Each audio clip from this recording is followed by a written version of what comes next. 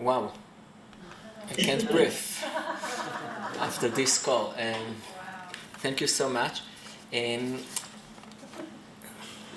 We have a few minutes for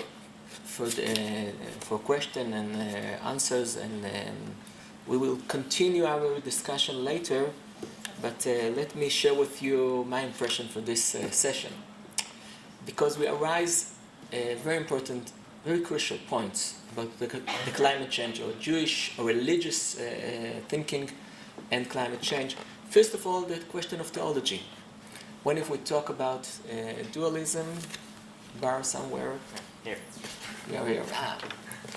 in the other side, about the dualism and the question of naturalism or religious naturalism that happened here, and the option to think about the halachic as a responsibility. I'm not sure that I agree with you, but it's not important, but you agree with you. Halachic not as a metaphor, but as a law of taking responsibility between people, between the public sphere and between maybe the nature, and of course the question of naturalism that arises in both of you talk about from Shemitah and because of the Shemitah. And I have to ask you, Shemitah is a metaphor or is an event? For no, forget. How do we use the idea of Shemitah in these days? And of course, Laurie, that call us to judge, to make a judgment. And you use the most crucial point when you use the word Amalek, or maybe when you use the word Hitler, the name Hitler, it's very hard.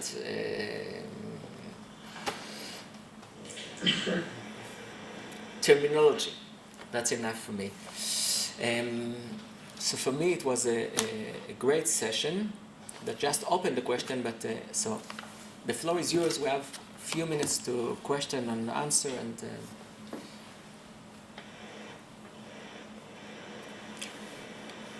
Hi, thank you everyone. So Lori, not surprisingly, I have a question or two for you. No, I mean, maybe you have to. Well, do I have to stand here? So my questions. One question is a little more theoretical, though of course, needless to say, I deeply appreciate you telling us to get away from theory for a bit. And one is extremely practical. Theoretically, given that you are presumably as alert to the dangers of dogmatic, violent thinking, etc., as the rest of us, so what's the method or the overall principle, sort of like the moral epistemology of when reasonable debate shades off into Amalek? Is it perhaps when there's good evidence that somebody is deliberately misleading in the way that these are? Perhaps that's what it is. And the second is, on the basis of your paradigm, we woke up this morning to read in the newspapers that after decades of stalling every conceivable thing, the United States Senate has finally agreed to something regarding climate change. And the crucial vote was, of course, delivered by a Senator Manchin whose family fortune comes entirely from coal, right?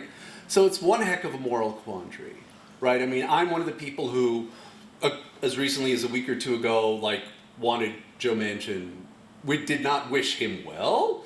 And so by your paradigm, or by the way of thinking that you're suggesting, how does one evaluate something like the massive climate deal that the Biden administration is doing, which is all about trying to incentivize these industries to do things differently and so on and so forth? And also because it also comes at the cost of some of the larger elements of the progressive agenda, etc. So I'm just very curious about sort of how we work this out. Thank you. But please don't answer immediately. I would like to collect a question. Yes, please. I wanted to ask Anat about the Shemitah. I mean, we know that in a modern state, you can't just abandon the production, because still, so you get the food from abroad where they have to produce it. Question is if today the Shemitah is really more in a social way and not in the practical way, but in most of the, let's say, national Orthodox are a mistake because they towards the Heter Mechira, because otherwise you can't have a modern state and we can't feed 10 million people. So how do you apply it more in a social, just prudential way? Thank you. Yes, Dave. Yeah, this is a question for Jeremy. Very interesting talks all. Loudly. I think that a very, very interesting distinction here between the crisis and nature, and I think it constitutes a paradigmatic shift, at least in the rhetoric of the environmentalist movement, which, by my impression, oh, can you hear me? Okay, all right. I think that this. Stand up. Okay. I'm sorry. I think that it constitutes a very a paradigmatic shift, at least in the rhetoric of the environmentalist movement. It seems to be shifting right now at this moment from a responsibility that we have to the earth itself, and then to and now to other individuals and to future generations. I'm curious whether a kind of historical question for you. I don't know whether you have an answer for this. Why the rhetoric of the environmentalist movement for so long was focused on our responsibilities to the earth itself rather than other individuals who inhabit it. And I don't know, it just seems kind of striking to me that that's been, and a striking mistake, to be honest. Short. Yeah. Short question. Short question to Lori. I was wondering about the effectiveness of the judgment approach in influencing change, basically. I mean, I agree with you about the truth of your claims, but I wonder about the effectiveness about such an approach. Last question. Let's go to the answers. Laurie, you will be the first. Okay, so yeah, what I'm proposing. Short answer. Fair answer. I mean, you know, what I'm proposing is a radical way of thinking about this, and you know, and basically it's because I've tried everything else, right? I've got a chapter on Shmita. I too, you know, think people should be better and nicer and recycle and actually not fly and not have conferences. I tried that too, but no one did anything. And it's worse every year, and they make more money every year, and they know more than anything else. It's that they know deliberately, they know they are doing evil. It is absolutely deliberate. They're not mistaken, and the way they are working to defeat you.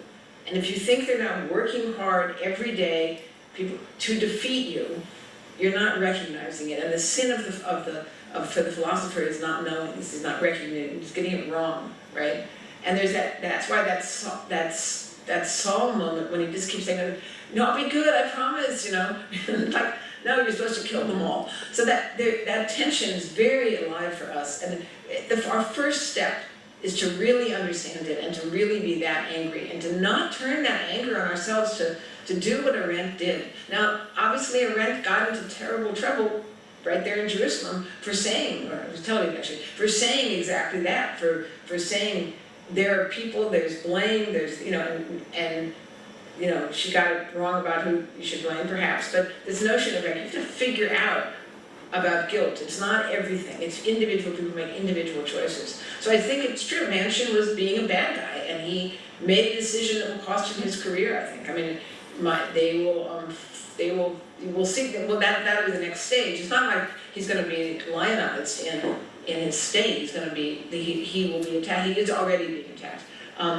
And that we're going to see as they go down, how fiercely they will fight. And they'll do it by putting on their green robe and pretending not to yet. So it's the problem of how you confront evil in our time is for philosophers is to recognize it, is to do the work of really naming it, and as a citizen is to do the work of building a political movement that forced the U.S. Congress to act and forces other people to act. And it's going to take building a huge movement. I've seen it happen in my lifetime with the war in Vietnam. I've seen it happen in my lifetime with, with people stopping smoking cigarettes everywhere. I've seen this happen before, but only if there's concerted political action, that people are willing to stop their lives and stop what they're doing and focus on this and understand how serious it is. And we got words, we got politics, and that's all we have. But we have to do those things, and we have to stop saying it's everybody's problem. It's not. They're bad guys. So. Thank you. עינת. לא, סבבה, כי אני לא עונה באנגלית. טוב, אז בעצם שאלת אז מה אפשר לעשות עם השמיטה, אם להשאיר את זה באוויר או להוריד את זה לקרקע. אז באמת במקרה אני יושבת בהמון צמתים של הכרעות בנושא הזה של השמיטה. אני גם יושבת במנהלת הזו, אני יושבת בהרבה מקומות במסגרת התפקידים השונים שלי. אז קודם כל ברור, כן, במציאות שבה יש כל כך הרבה אנשים בישראל, אי אפשר לשמוט את כל הקרקע ולהגיד בואו נסתדר עם פחות ונחלק בינינו וניפגש מתחת העצים ונקטוף פירות וניצור קומיוניטי. למרות שזה נהדר, כאילו בעולם הדמיוני. נחשי מה? גם בשמיטה המקורית זה לא היה ככה. השיטה הייתה שנה של קטסטרופה, הם היו יוצאים ממנה בפוסט-טראומה, בכנס הקל הזה שהם היו עושים אחר כך בירושלים, הם היו מחזירים לעצמם את המערכת הערכים שלהם. אבל מתוך הפוסט-טראומה הזה הם בנו חברה הולכת ומתפתחת לכיוון של צדק חברתי, לכיוון של מה שאנחנו רואים אותו כטוב. לתפיסתי אישית בנושא הזה צריך להיות בעצם שני מהלכים מקבילים. מהלך אחד, כן צריכים שיהיו, ויש את זה אגב, חקלאים ששומטים את הקרקע ומזמינים אנשים לבוא. אני עכשיו חלק מפרויקט מאוד גדול שקורה בעולם הזה, אני גם המנהלת החינוכית של השומר החדש, שיקטפו את הדברים ויחלקו לחלשי החברה ויעשו שמיטה קמפיין ולהתחבר לדבר הזה. בשביל זה צריכים כסף חיצוני של תורמים, רק ככה זה פועל, ככה זה גם באמת פועל. זה עובד רק. כן, ככה זה באמת פועל, אני מסיימת. אבל חוץ מזה, מה שכן יכול להיות, שמיטה בהחלט יכולה להיות שנה שנותנת איזשהו משמעות ואינספיריישן למדינת ישראל כולה, להתנהל אחרת. למשל, שנה שבה אנחנו לא רוצים להגדיל את התל"ג, שנה שאנחנו בונים מחדש את החזון החברתי שלנו כמדינה, שנה שיש לנו מדיניות נדיבה במיוחד כלפי העניים, שנה של לימוד בכל מקום בנושא משבר האקלים. יש שורה ארוכה של דברים שאפשר לעשות ברוח השמיטה, שיהפוך את השנה אולי לשנה פחות טראומטית, אבל לא פחות לשנה משמעותית שיכולה לייצר שינוי. לשם אני חותרת. הרבה inspiration. To the gentleman in the back row. Excellent question. I completely agree with you. I think the roots of the environmental movement, which go back 100, 150 years, started in changing an approach to nature. They go back to sort of romanticism, et cetera, et cetera. And so it was about nature. There are other people who were talking about people, right? That was, I don't know, Marx and Weber and, the social sciences. And so there was a very foundational bifurcation between those who thought about nature and those who thought about people. And one of the first things we did at the Heschel Center, actually, to tie this to my hat as an activist, was an analysis of looking at the development of environmentalism through the idea of changing paradigms. And that first paradigm was indeed based in wilderness, the wilderness paradigm, nature. And the second paradigm was much more focused on the human environment, but it still wasn't necessarily dealing with all the social dynamics, but it was looking at pollution. The whole discourse around pollution and health impairing things is very different than preserving wilderness.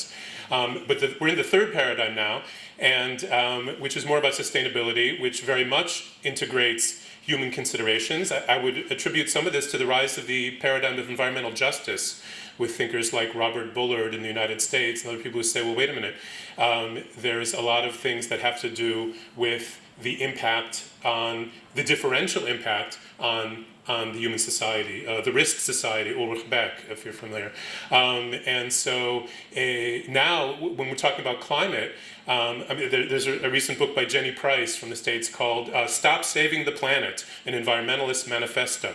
And I think some of it was theoretical and intellectual. Some of it was just strategic, saying it doesn't work. It doesn't convince people to say, let's save the world over there. Let's tighten our belts or change our lifestyles for something out there. And the more it is focused on us, on all of us, and on the social schisms that there exist between rich and poor, between center and periphery, between global north and global south, etc., then the more you can build a big tent and engage and enlist people.